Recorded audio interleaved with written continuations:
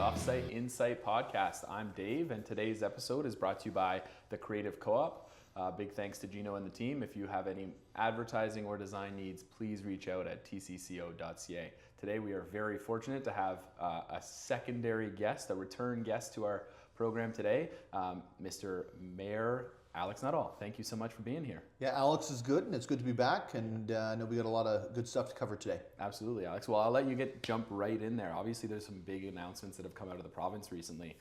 So maybe let's start at the ground level. What are they? What are the bigger ones for you? And what does that mean for Barrie? Well, I think it's just right off the hop. I think it's so widespread, the changes that are happening right now, that it doesn't matter if you're in Barrie or Oro or Innisfil or Springwater or Midland or Penetang. Like the whole region's going to, I think, feel the benefits of these announcements. And I think it's also important to identify that these are actually federal and provincial announcements, right? So it's rare where you see all three levels of government working together in a single direction, hand in glove, not taking on separate items. So just on the political side, I'm very, very happy with what we've seen over the last little while. But in terms of what the announcements have been, the two big ones, one is the HST.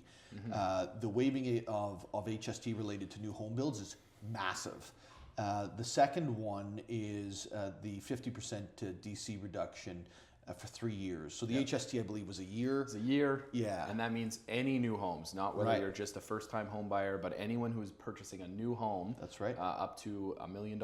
That's right. Yeah. Gets potentially that's $130,000 worth of savings. It's huge. It's absolutely huge. So I think that when you look at one of these by themselves, it probably has a strong impact. But when you look at these two, a 50% reduction in DCs on top of a potentially, as you said, $130,000 saving in HST, this is what I think will restart the housing market.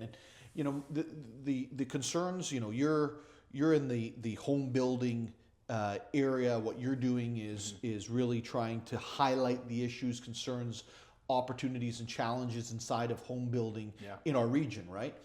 And one of the concerns that's been growing behind the scenes, I haven't talked a lot about because I haven't understood how to tackle it, is we have a lot of tradespeople who are actually getting to the point where they're only working 2 and 3 days a week, right? Like I get calls from people I've grown up with who are in to plumbing, or they're into electrical or whatever, saying, hey, Alex, if there's anything you see out there, let me know. And I'm getting more and more of these calls. And so my concern has been growing that this is, going from a crisis that was focusing on individuals not being able to get into home ownership, which is incredibly important, right? Absolutely. And I don't want to diminish that at the beginning of this conversation, but it's getting even worse than that, which is individuals who own homes who are now not fully employed because the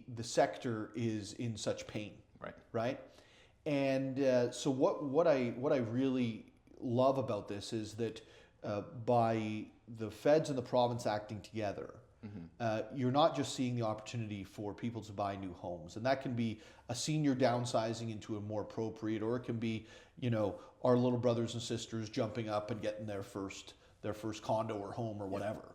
But we're also going to see our tradespeople get back to work. Absolutely. Right? They're not the developers and builders who can withstand this stuff. They're the individuals who employ 2 or 3 people and go out themselves, and they're struggling to put food on those 2 or 3 people's tables as well as their own family at this point. Yeah, and I think that's critically important to recognize too. So it's not only the people who are unable to get that first home because it seems exorbitantly expensive, but it's also everyone that supports the industry as a whole, because as you know, construction is a huge part of our economy here in Ontario, locally, and more focused here in Simcoe as well.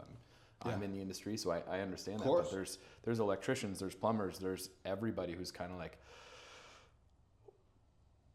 it doesn't seem great out there right now, right? So I think the announcements and the way that I think about it is it's almost two-pronged. The HST removal is that incentive to, hey, let's buy the homes that are, either built or very close to built, but the reduction in development charges helps the longer-term projection of costs in the construction industry as a whole, but also not putting all of the burden of those unpaid development charges on the backs of municipalities, right? Which is huge, right?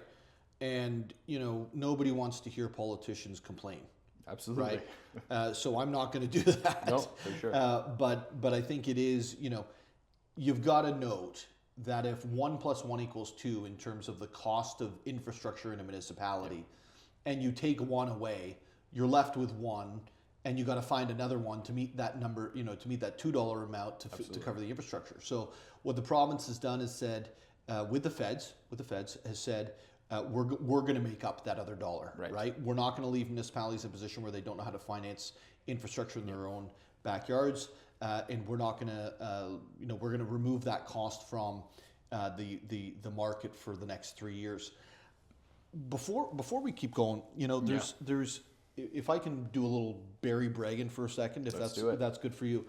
And we're never supposed to do this, but I'm gonna go to Nick off camera for a second. Nick, I think all the commercial, industrial, and institutional were all record years for the city last year, right? Correct. So here's a weird thing that's happened in our community, because this would be happening around us. I just don't have the data for around us as well, right? So just consider it Barrie at the moment. The weird thing is we just set records for all three, institutional, industrial, and commercial development last year in terms of the permits that we pushed out the door, applied for and then pushed out the door, and the cost of all of those developments. So residential was our worst year probably in a decade. And it's a bit of a unique circumstance when you're looking at one's local economy and saying, okay, so we're seeing increased institutional, which can be housing as well as schools and all that stuff. Commercial, which is your everyday retail and some office space, and then industrial, which is those are the jobs you're looking for, right? And to see those all hit highs by far, by 50% larger than we've ever seen before, at the same time as not having housing built, meaning there's not new people coming into the community, that's in itself a good news story. Right.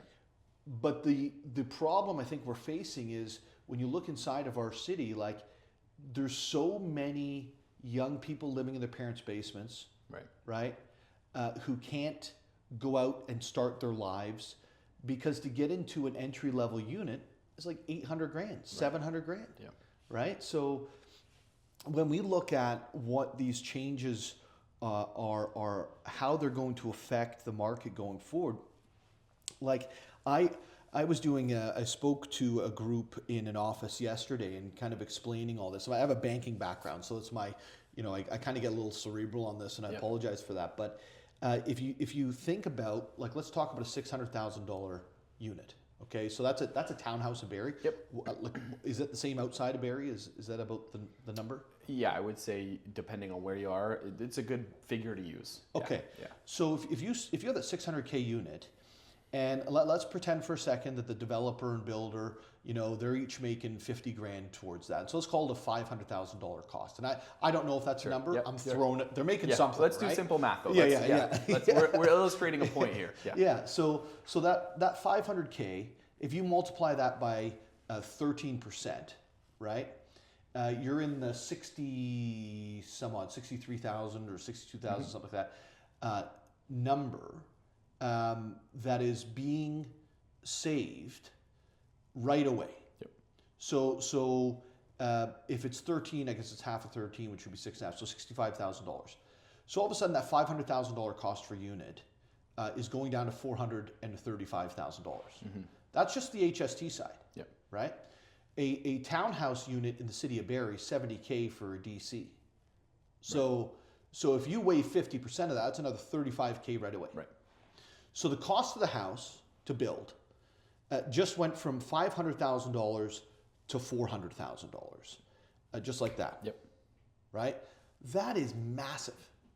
Like, it is humongous to be able to get out there. And so when you take that 100K and you go, okay, well, now I'm paying 500 instead of 600, right? And you put it over the life of your mortgage. Yep. Exactly. And the amount that you have to put down, especially as a first-time home buyer.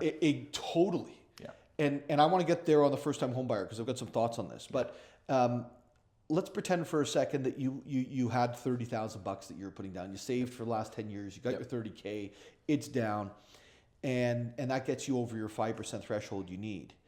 The reality is, each and every year after that $100,000 times whatever your interest rate was is waived into the future, and it compounds because it pays down faster. Yeah. So the savings that you see are not just the $100,000 up front; it's your mortgage payments going down, right?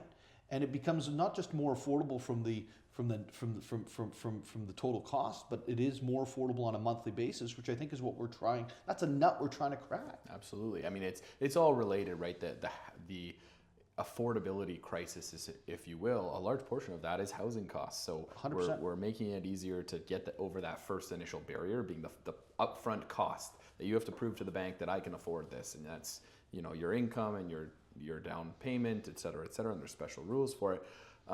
But then we're also saying, hey, we're going to meet those thresholds on the 30% or the 37% calculation that they do when they're approving your mortgage, and it got better.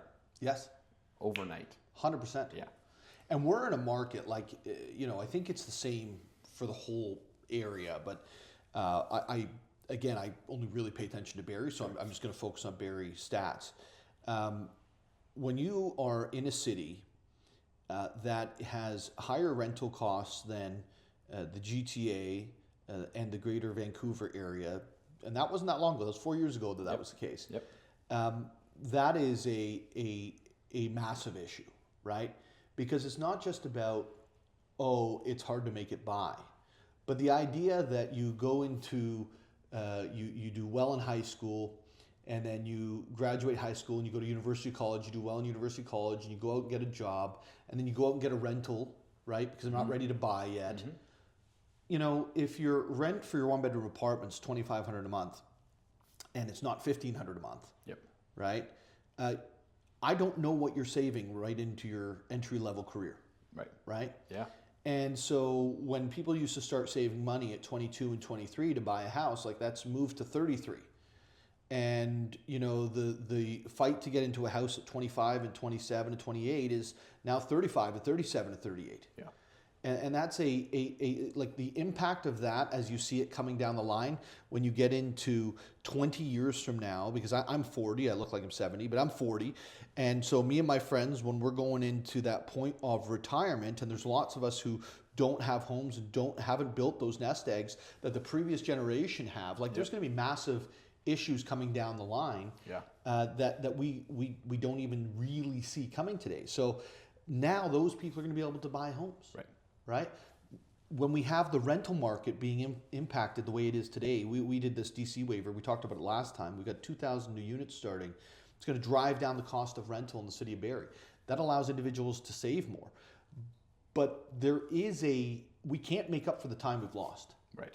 And I think that's what this is actually doing is it's putting right what was wrong for a long time. And if you look from a policy perspective in Ontario, Places to Grow was a disaster. Places to Grow was brought in, I can't remember the exact date, but I'm going to guess it was somewhere between 2006 and 2008. And it put a limit on where you can develop and how you can develop. And it really limited one of the larger jurisdictions probably in the world. Like Ontario's a massive place. Massive, yep. And really limited development, and then artificially inflated all of the pricing of real estate, whether it was greenfield, brownfield, or already built. Right. And then you put on top of that, and I'm not trying not to get too political, but you put on top of that what we saw with the introduction of carbon taxes, right, which increases the cost on everything. Like when you look back, those two individual moves really inflated the cost of building on the tax side, and inflated the cost of land by limiting supply on the places to grow side. And then we didn't have any of those taxation funds going back into helping individuals get into the housing market. So there was a shift that I think finally the feds and the province have come together and said, we need to do something.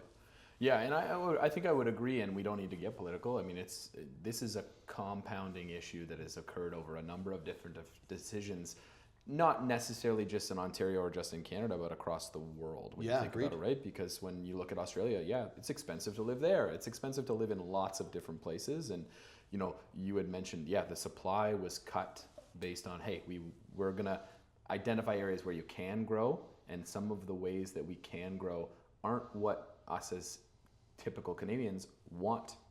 Not everyone wants to live in a 40-story condo. Not everyone wants to live in that place.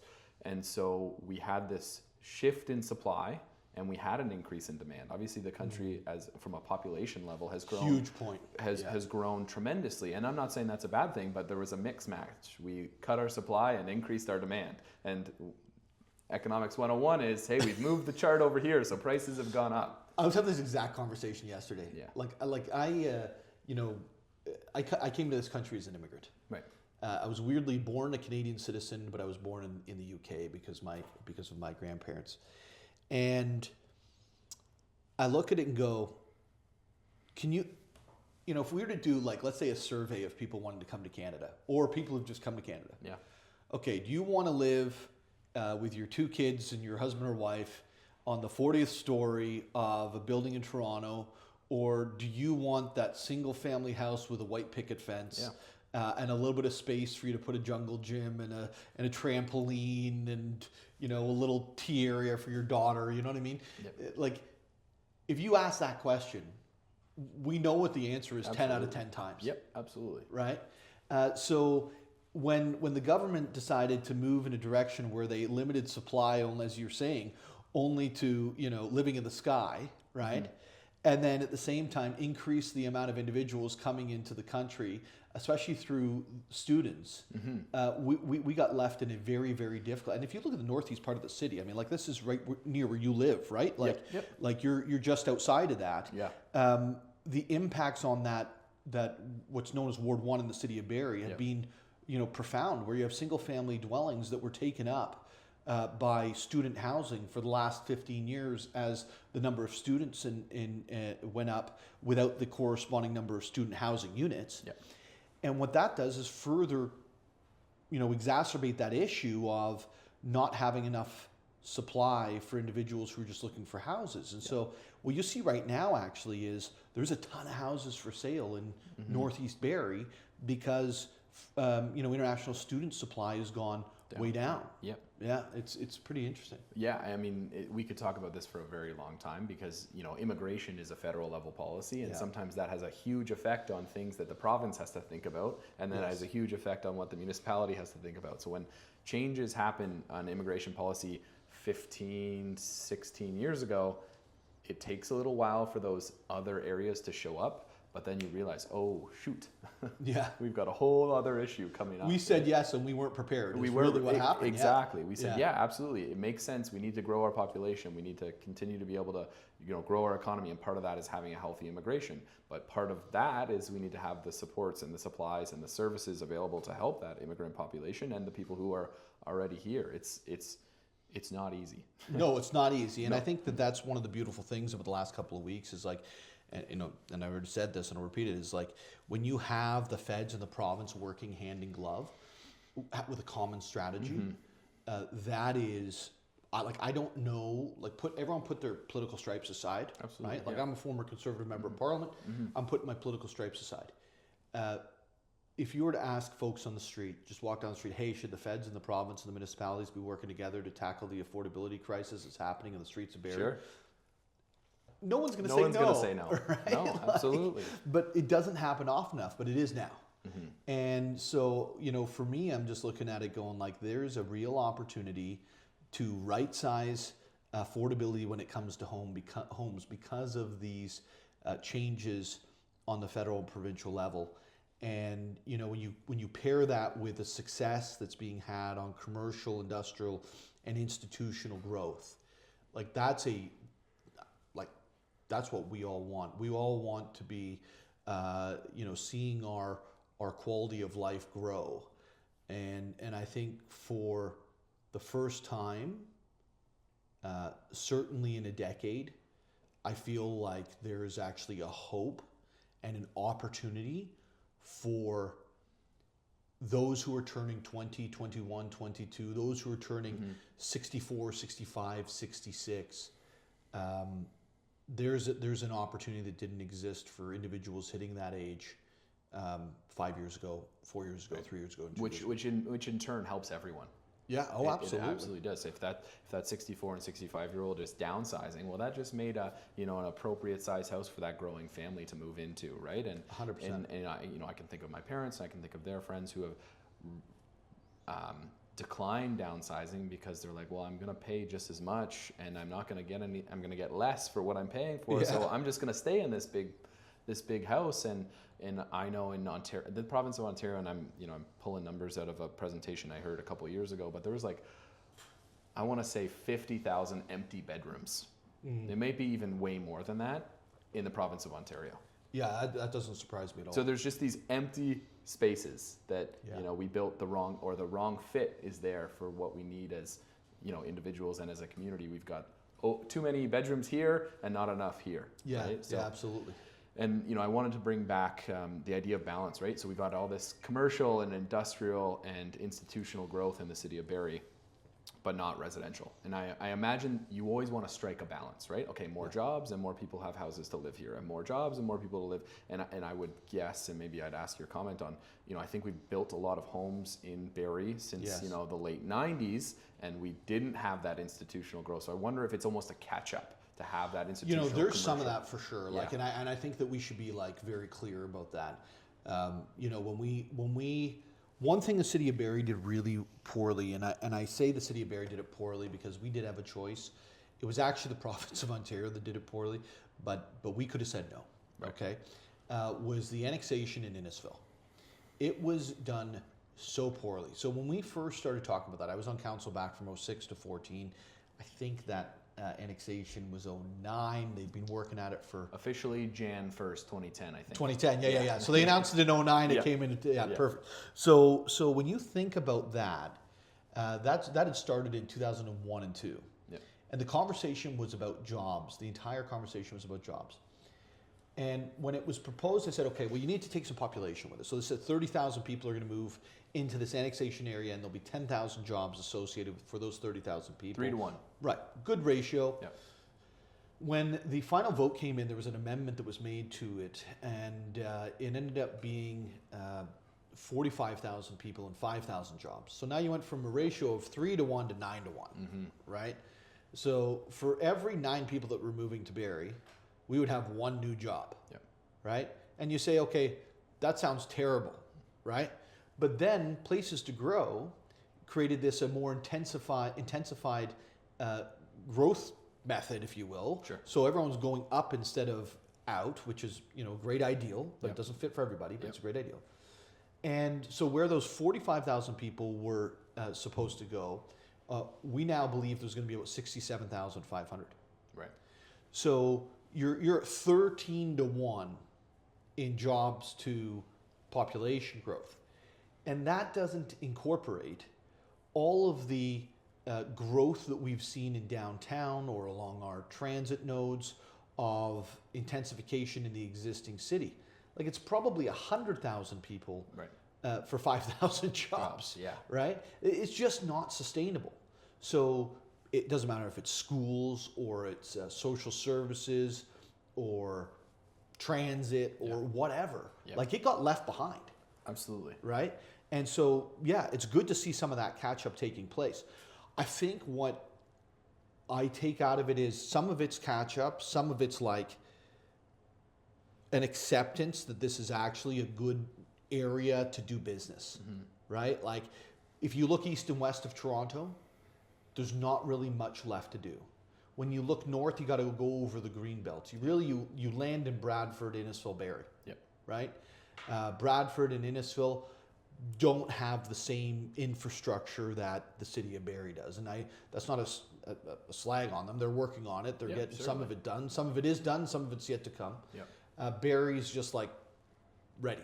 Yeah, we've been here a little longer. We've been here a little bit longer, more yes. developed. We're further along the path. Yeah. Exactly. And so I really do think that, especially on the industrial side, like what we saw with Sherwin-Williams investing, is 350,000 square feet. That's the largest building built in the city of Barrie. I'm guessing, because we don't have the records. Sure. So I'm guessing since the 80s, it could have been the 70s or 60s. Right? So when you're seeing that type of thing come into fruition, it means that there's a thing that they're investing in. Part of that's going to be workforce. Part of that is, hey, this is a good location. There's a good, strong economy around it. Let's invest here. Well, as you know, I've always thought of Barrie as the gateway to the north, right? So there's also, hey, we can go south and we can deliver our product. FedEx putting that big distribution center on the old Molson site.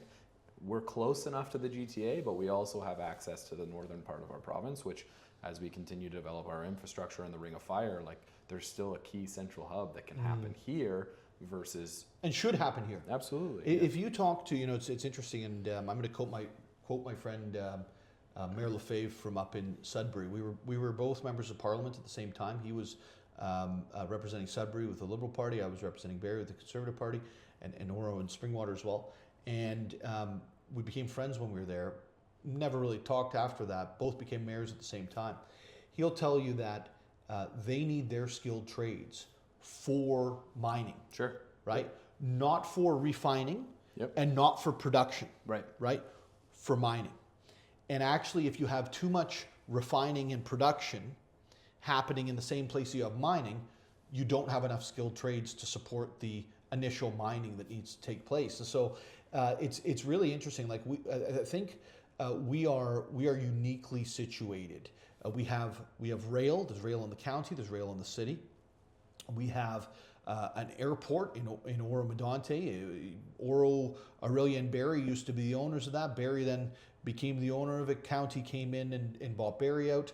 That's a huge piece as well in terms of the logistics for the region. And then we've got these beautiful highways that are being invested in. I mean, it's frustrating to go on the 400 right now because bridges are being done, lanes are being added. But 5 years from now, that'll be completely new infrastructure with an easy way through. So there's a lot to offer here. And I really believe, if you look at, I thought I turned that off. I apologize. Okay. I really believe that the next year with this HST piece, and then the following 2 years after that with the DC piece, I think that there's a very, very good opportunity to bring in production and to bring in manufacturing and to bring in staging for the Ring of Fire, as you mentioned, for Sudbury, for Timmins. To ensure that this area is getting the kind of secondary jobs around that. But they are great paying jobs, great careers, and great opportunities. Yeah, absolutely. And I'm glad that you brought that back up, that time piece, because I wanted to come back to that. From an implementation perspective, we've got this 1 year break on the HST. Immediately you've got an incentive to get things done quickly, and the homes have to be, I think, completed by 2030, for example. If you buy one with no HST right now, it has to be completed by such and such date, but that comes on to the developer and the builder. But now we've got this 3 year, piece where we have restricted development charges, and you're going to be, the city of Barrie is going to get written a check from the province and the federal government combined. Is that something that's a shift in methodology, really, when you think about it, from growth pays for growth? Because that's ultimately what development charges are doing, is they're funding your new fire stations, your new roads, your new water and wastewater, and it takes a long time to come up with those educated guesses on how much that infrastructure is going to cost, and that's what goes into the development charges. Do you think that there's any recommendation, and this is great, this is all good news, but is there a change in the funding model that you'd like to see stay, or would you like to say, no, we need this break, we need to catch up, and then we need to go back to the old model, so to speak, where it's on the back of the municipalities and the development charges? I think that there's a difference in smaller, medium, and large municipalities. Sure. when I look at what it takes in the city of Barrie in order to bring on a unit, it's different than what it takes in Oro. It's different than what it takes in Toronto. Absolutely. Right? Yeah. So one of the frustrating pieces that I have on DCs is that why is it that there's a cost differential in development charges in Toronto and Barrie? Right. Like, I don't totally understand that. Sure, the land's worth a little bit more, but that's very little of what the actual DC cost is there to cover. Mm-hmm. Why is there a difference between Oro-Medonte and Barrie? And so, like, you start digging into it, and it's like, okay, well, Oro-Medonte doesn't have, mostly doesn't have water and wastewater services in the same way that Barrie does, mm-hmm. but Barrie has them the same way Toronto does. Mm-hmm. So I can understand the difference between Oro and Barrie. I don't understand the difference between Barrie and Toronto. Right. Right? And when you look at Toronto and you say, okay, Toronto is going up, the average building, I'm going to make this up, but let's say the average building's 35 stories or something today, right? You got 103 stories or something at One King. So let's just say the average is 35 stories. That should be a much more efficient way to deliver services than, you know, a place like Barrie, where you've got single family, you've got townhouse, you've got, mid-rise, and then you've also got high-rise. Yeah. So why is there such a massive development charge in the city of Toronto in comparison with the city of Barrie? Yeah. And I don't know the answer to that. Yeah, somebody somewhere does. So absolutely, I was going to say, it. we'll bring on an economist and they can help us understand it, because that's not my area of expertise either. I would imagine my first guess would be like, okay, when they're factoring that in, they've got subways, right? Sure. That's another level of service that the city of Toronto has that the city Sure. of Barrie does not have. Their public transportation system as a whole has a little bit more robustness because they need it, because they're moving so many more people. And that's totally fair. Yeah. That's totally fair. I think that makes some of it, but maybe, hey, let's help us understand why the difference is the way that it is. I've accounted for this much, but what's the other pieces that... But the interesting thing is, like, so you go down that road, and I'm totally good going down that road, but it's like the province just took over the Gardiner Expressway, right? Like, it's taken it out of the equation. Yeah. Was there a corresponding reduction in development charges when that took place? Right. I didn't see it. No, right? And I think the estimation would be the development charges that built the Gardiner Expressway were paid in the 70s. Yeah. And now there isn't new development along that Gardiner that is. But there is new development for others, and that's still there. Yeah. And it's like, you know, I look at it, and so in the city of Barrie we had a similar thing. Okay, so you know, we have some industrial land right on the 400. As you're, let's say, going south on the 400, leaving Barrie, it's just we didn't have any services there. The province came in. We had an $80 million build we needed to do in order to get there. They gave us that project gave us $34.5 million. What we did with that $34.5 million is we actually went and reduced our development charge by the corresponding amount. So the cost of our DCs across many homes went down by, and businesses went down by $34.5 million.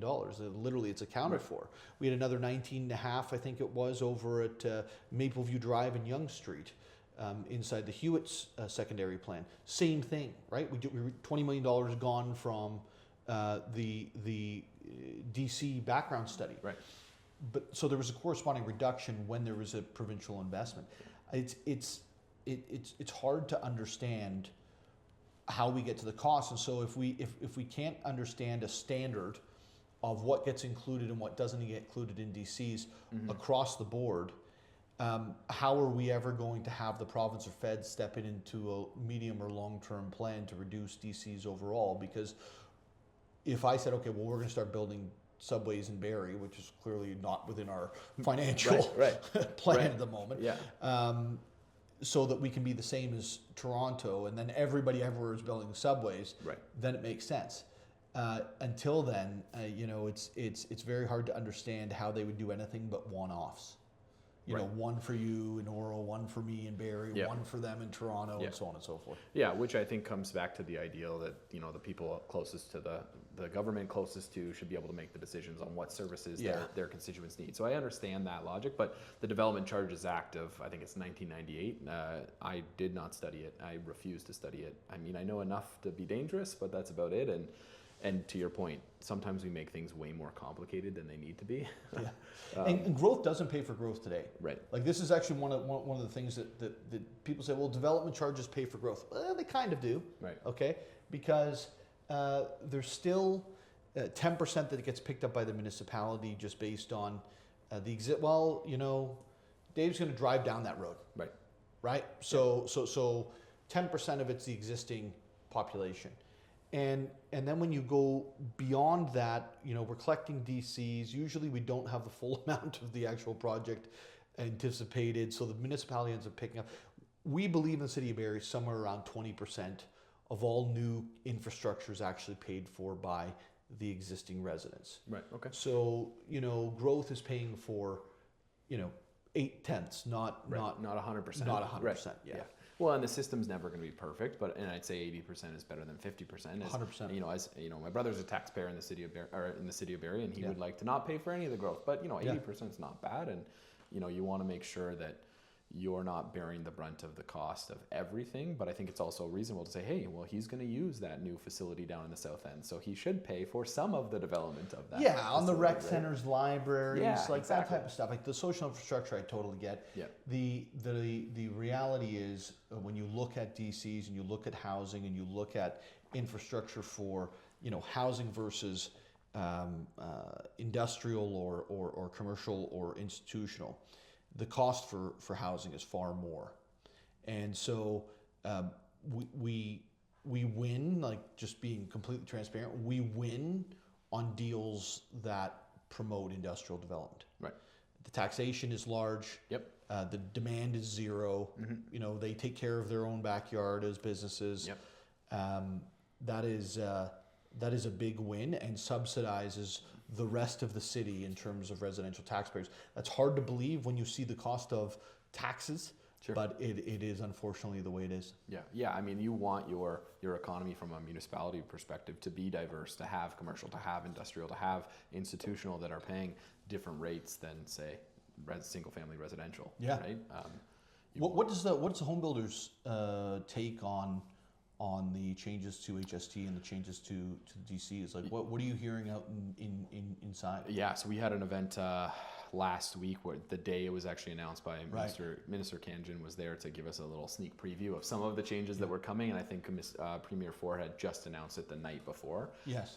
It was big. It's huge, especially, you know, we want to iron out the kinks in terms of, okay, what does this mean? Who does it qualify? Right. When did the house have to be finished on? Once we have the details, right, because sometimes the devil is in the details, it's a big boon for the industry. It's like, okay. Without a doubt. Yeah, okay, we can feel more confident, right? You know, everyone in the economic world wants certainty.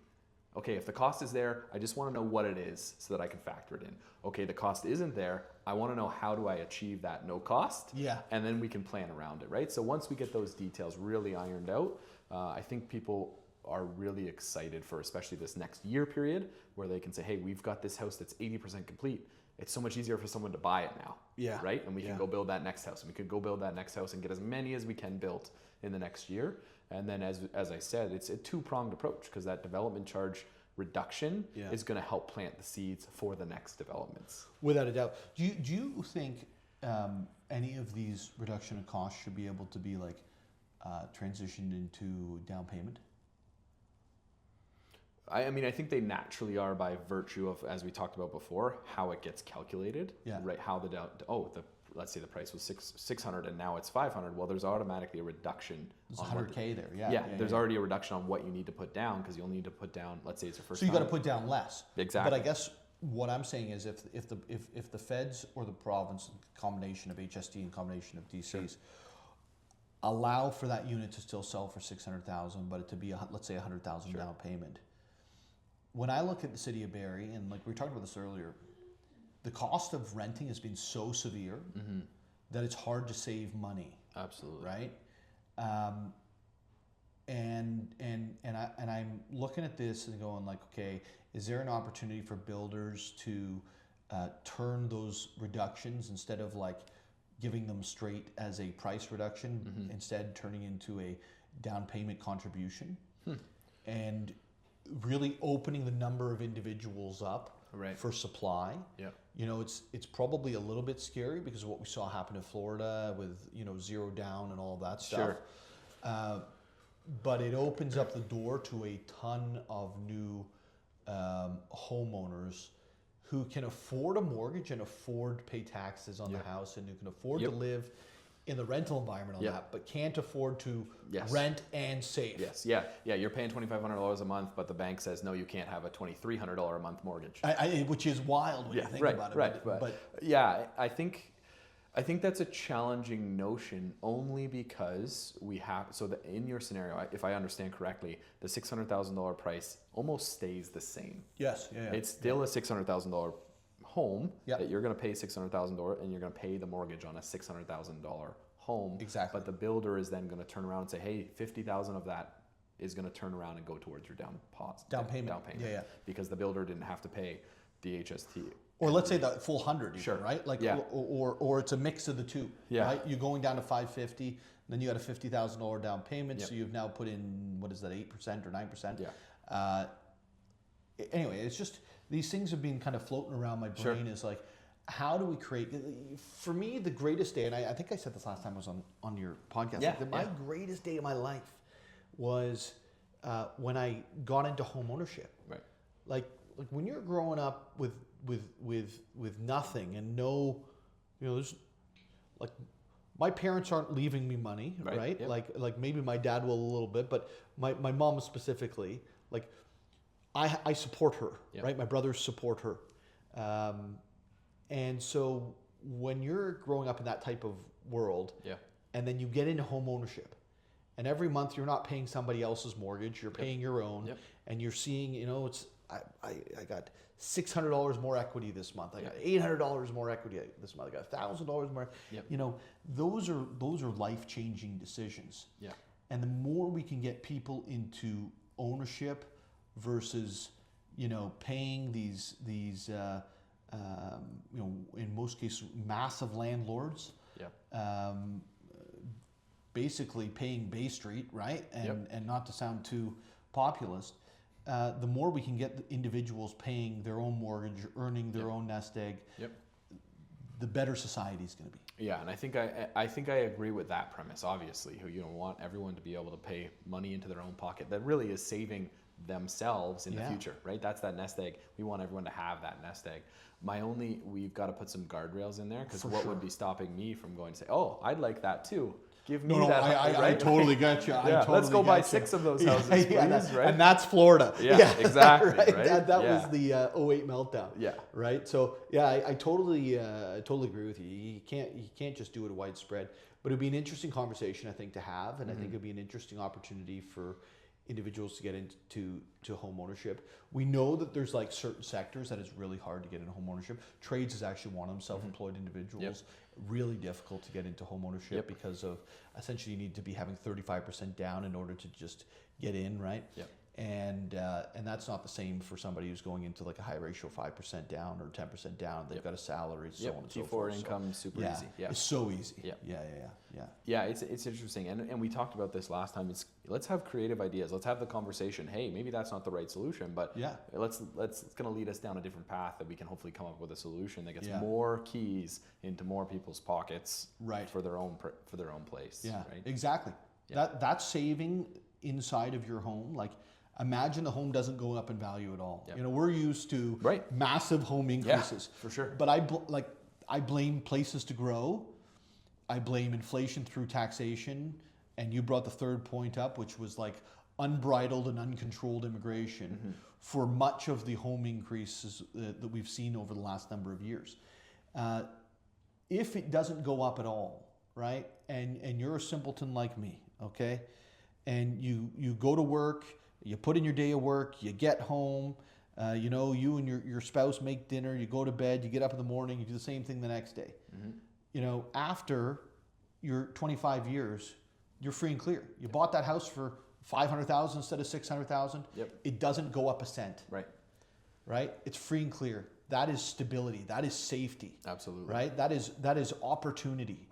And that's what's being robbed from many, many, many people until now over the last 5 years where we've seen this affordability crisis. It's that opportunity for stability and safety, and anything we can do to restore that will end up being a good thing. Absolutely. So as we look to wrap up here, if you could leave one message to the residents and the Barrie community, building community, where's Barrie headed on housing, and why should they have that same confidence that you have? Yeah, I'm hoping it's not overconfidence at this point because I'm pretty confident. Look, I think on the rental side, if you're looking at producing rental on a large scale, especially in our downtown where it makes sense, we want to work with you. We've done this 100% DC waiver program in exchange for affordable housing. Yep. We're in a position where we have more affordable wehousing. I mean, this is a wild stat. We're in a position where we have more affordable housing being built in the city of Barrie than we have individuals living in homelessness or on the edge of homelessness. Right? Like, I don't think there's another municipality anywhere like of size that can say that. The county of Simcoe is putting 155 new units in. Yep. We've got our program, which is 456. Mapleview Church, 31. 440 ESSA. There's some I'm forgetting, but over at the old YMCA site, another 53. Like, there's so much positivity on the closest to the ground needs that it can't help but actually grow into confidence in the rest of the sector. And so we were already building a good foundation for individuals who need that little extra help in the city of Barrie. What the province has done is they've jumped in with the feds, and they've, on top of that, the next stage up is getting into home ownership. Like, first got to make it affordable rent, so now let's make it affordable owning. Yep. And that to me is just, all of a sudden there's a pathway, right? There's a pathway for anyone to be able to get into home ownership, security, stability.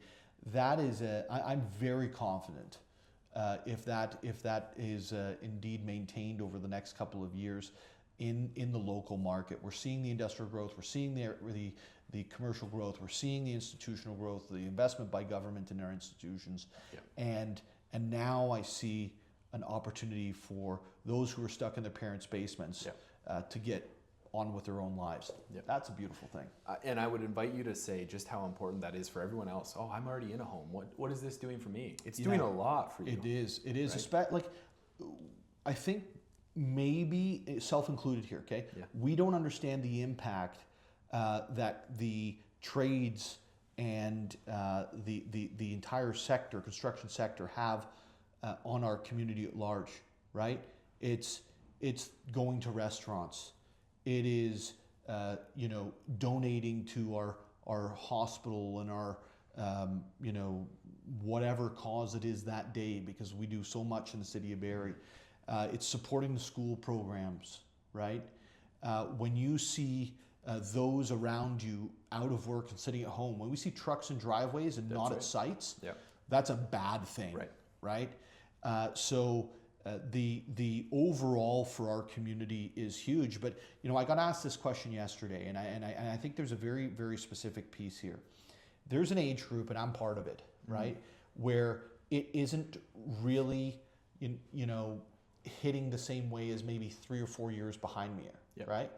And so I'm just going to make it up. I don't know what it is, but let me make it up. Let's say it's 40 to 50 or 55, where your kids aren't buying homes yet. And everything's hunky-dory because you bought in 2010, right? That's when you got into the market. Those who have kids and they're looking at it going like, okay, yeah, my house is worth $300,000 more. But if my kids are going to be able to get into a house, I got to give them each X amount of money just to be able to do that. Those individuals, although they are currently housed well, understand the issue that's happening out there. Exactly. And so if you're a young person or you are a parent of somebody who's in their early 20s or late teens, looking at it going like, how are they supposed to make it? Yeah. You understand what's happening. And if you're a senior whose kids they're gone, Yep. and you see them struggling to make ends meet on rent, let alone get into home ownership like you did when you were coming out of university and moving into the job market, you understand it, right? I think there's probably like a 15-year that haven't been hit yet, right? That aren't totally there. But I can tell you by visiting schools, by visiting universities and colleges, I speak often in there is a scare and a fear of not being able to ever own a home and find a way to pay for their own lives. Yep. Yeah, and parents for sure. I mean, I see it all the time at the hockey rink. Oh man, like my oldest turns 12 in a couple weeks, and it's like, I talk to parents. He's doing all the right things. He's got good grades. He plays sports. He does extracurricular. It's like, how is he going to afford a house? Yeah, there's a lack of hope. Right. Like there is a fear. There's a missing hope. I think what the feds and province have just done, and again, like these ain't my ideas, okay? Right. I didn't do them, right? Yeah. I think what they've done is they are restoring that confidence and restoring that hope. Yeah. And where there is hope, I think people who can take advantage will take advantage. And I hope I'm right. But my confidence in the local market on the non-residential side is I'm very confident, and I'm seeing a massive rise thanks to these two initiatives. Yeah, fantastic. Well, I think they nailed it. And it's great to have you on, Alex. I really appreciate your time today. If you have any requests to either be on the podcast as a guest or want to sponsor one of our episodes, please reach out to podcast@schba.ca. Alex, thanks again. It was an absolute pleasure, and I hope to see you again, and we've got more good announcements to talk about. Sounds good. Thank you. Awesome.